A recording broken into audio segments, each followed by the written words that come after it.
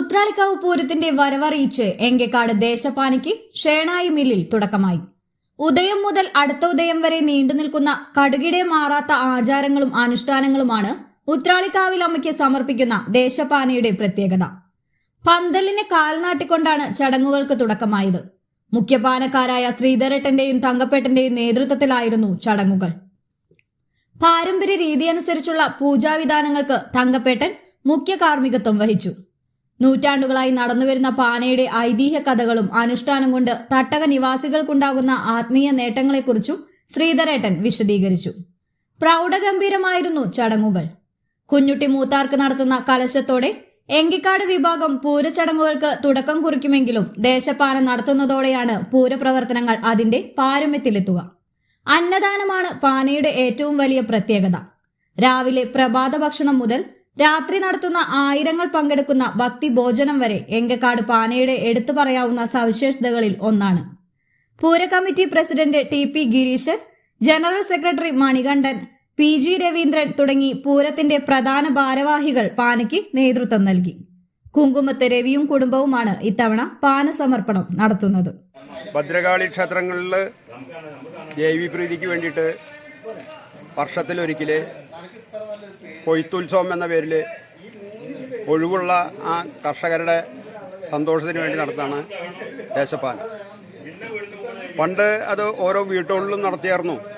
പക്ഷെ അതിൻ്റെ അധിക ചെലവ് കാരണം കൊണ്ട് വീട്ടുകാരും ഇപ്പോൾ തയ്യാറാവുന്നില്ല. അയ്യപ്പൻ വിളക്കുമാർ തന്നെ ഈ പാനയും നമുക്ക് സാധാരണ വീട്ടിൽ നടത്താവുന്നതാണ്. പക്ഷെ അതിന് പലരും തയ്യാറായി വരുന്നില്ല എന്നുള്ളതാണ്. അതുകൊണ്ടാണ് ഇത് അന്യം നിന്ന് പോകാനുള്ള സാഹചര്യം കൂടുതലാണ്. എങ്കിലും സ്ഥിരമായി നടത്തുന്ന ക്ഷേത്രങ്ങൾ അത് മുടങ്ങാതെ നടത്താനുള്ള ശ്രമം ചെയ്യുന്നത് നമുക്ക് സ്വാഗതാർഹമാണ്. ഭൂതപ്രേത പിശാചികൾ ഭഗവതിയുടെ അനുചരന്മാരെ അവരുടെ സന്തോഷം അവരെ ആദരിക്കുന്ന അവരെ കൂടി പ്രീതിപ്പെടുത്തുന്ന ചടങ്ങാണ് ദേശപ്പാന. ദാരികവധത്തിന് ശേഷം ഭദ്രകാളി ആ കോപത്തോടു കൂടി നിൽക്കുന്ന അവസരത്തിൽ ആ കോപം ശമിപ്പിക്കാൻ യാതൊരു മാർഗമില്ലാതെ വന്ന അവസരത്തിൽ സാക്ഷാൽ പരമശിവൻ അവനവൻ്റെ അണിവിരൽ അറുത്ത ചോര കൊണ്ട് ഭഗവതിക്ക് വായിൽ ഒഴിച്ചു കൊടുത്തപ്പോഴാണ് ഭഗവതി ശാന്തമായി എന്നാണ് സങ്കല്പം. ആ ചടങ്ങ് അനുസ്മരിക്കുന്നതാണ് ഗുരുതി തർപ്പണം എന്നുള്ള പേരിൽ പാനയിൽ ഒരു ചടങ്ങുണ്ട്. ഇപ്പോൾ നമ്മുടെ ഈ ഭാഗത്ത് ആകെ ഒരു 6-7 പാനയാണ് നടന്നു വരുന്നത്.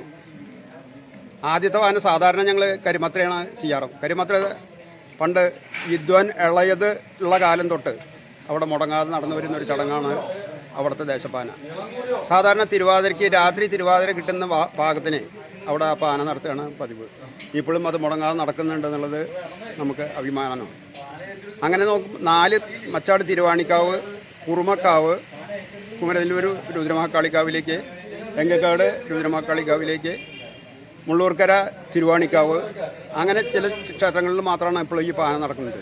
പലർക്കും ഇത് നടത്താൻ തന്നെ ഒരു പേടിയാണ്. ചടങ്ങ് അത്രയും കാര്യമായിട്ടുള്ള ഒരു സംഗതി ആയതുകൊണ്ട് എവിടെയെങ്കിലും വിഘ്നം വരുമോ എന്നുള്ളൊരു ഭയം എല്ലാവർക്കും ഉണ്ട്. അപ്പോൾ അത് കാരണം കൊണ്ട് ഈ രംഗത്തേക്ക് വരാൻ വളരെ ആൾക്കാർ മടിക്കുകയാണ്. എങ്കിലും ഭഗവതി ക്ഷേത്രങ്ങളിൽ ഇത് നടത്തണം എന്നുള്ളത് തീർച്ചയാണ്. നമുക്കിവിടുന്ന് പടിഞ്ഞാട്ട് പോയാൽ പല അമ്പലങ്ങളിലും അവരുടെ പറപുറപ്പാട് തന്നെ ഈ പാനയുടെ ആദ്യത്തെ ചടങ്ങാണ്. പാനയുടെ ഈ പകൽപ്പാനയുടെ എല്ലാ ചടങ്ങുകളും നടത്തിയിട്ടാണ് അവിടെ ചടങ്ങ് മാത്രമായിട്ടായാലും ശരി അത് നടത്തിയിട്ടാണ് അവരുടെ ഈ പറ ഗ്രാമങ്ങളിലേക്ക് പോകുന്നത്. പൂരത്തിൻ്റെ അന്ന് അവസാനം ഭഗവതിക്ക് കൊടുങ്ങല്ലൂർ ഭഗവതിക്കുള്ള ആ മണ്ഡപം എഴുന്നള്ളിച്ചുള്ള പൂജയും കഴിഞ്ഞിട്ടാണ് പാന സാധാരണ സമാപിക്കുന്നത്. ഇനിയും എല്ലാ ദേശത്തിലും ഇത് നടക്കാനുള്ള അവസരം ഉണ്ടാവണം. നമ്മളെല്ലാവരും ഇതിൻ്റെ കാര്യങ്ങളിൽ താല്പര്യരായിട്ട് നമ്മളതിൻ്റെ ചടങ്ങ് മുടങ്ങാതെ നടത്താൻ ഭഗവതി അനുഗ്രഹിക്കട്ടെ എന്ന് മാത്രമാണ് പറയാനുള്ളത്.